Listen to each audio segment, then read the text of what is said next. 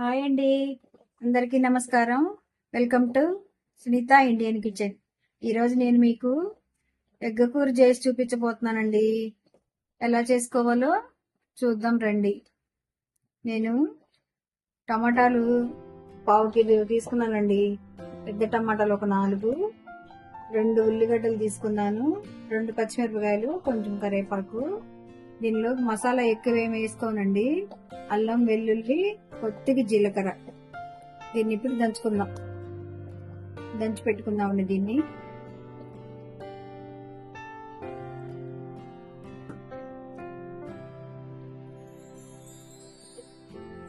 ఈలోపు మనము ఆయిల్ పెట్టుకుందామండి. ఆయిల్ వేసుకుందాము. బాండీ పెట్టుకున్నాను. దీనిలోకి 3 చిక్కులు ఆయిల్ వేసుకున్నానండి. కొంచెం ఎగ్ కర్రీకి ఆయిల్ పట్టింది కొద్దిగా.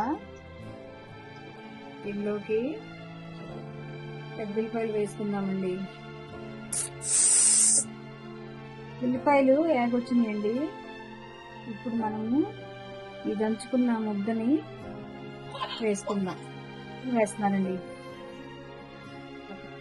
ఉల్లిపాయలు వేగిపోయినాయండి, మసాలా కూడా వేగిపోయింది.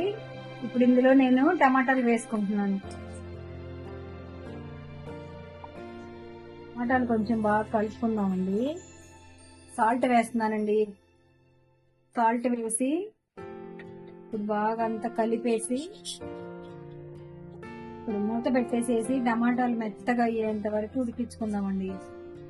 టమాటాలు ఉడికిపోయినాయండి. ఇప్పుడు ఇందులో కొంచెం కారం వేస్తున్నాను. 1 స్పూన్ కారం వేస్తున్నానండి. తర్వాత కొద్దిగా చింతపండు పులుసు వేస్తున్నానండి. కొంచెం అంటే కొంచెం. చూడండి, కొద్దిగా తీసుకున్నాను చింతపండు.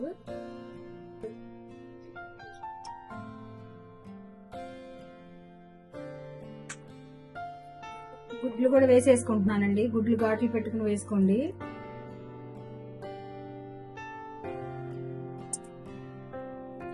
ఒకసారి మొత్తం కలిపేసుకుందాము.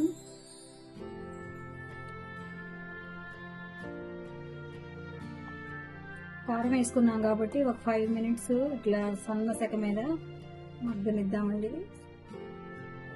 ఇంకా దింపేసుకోవచ్చు.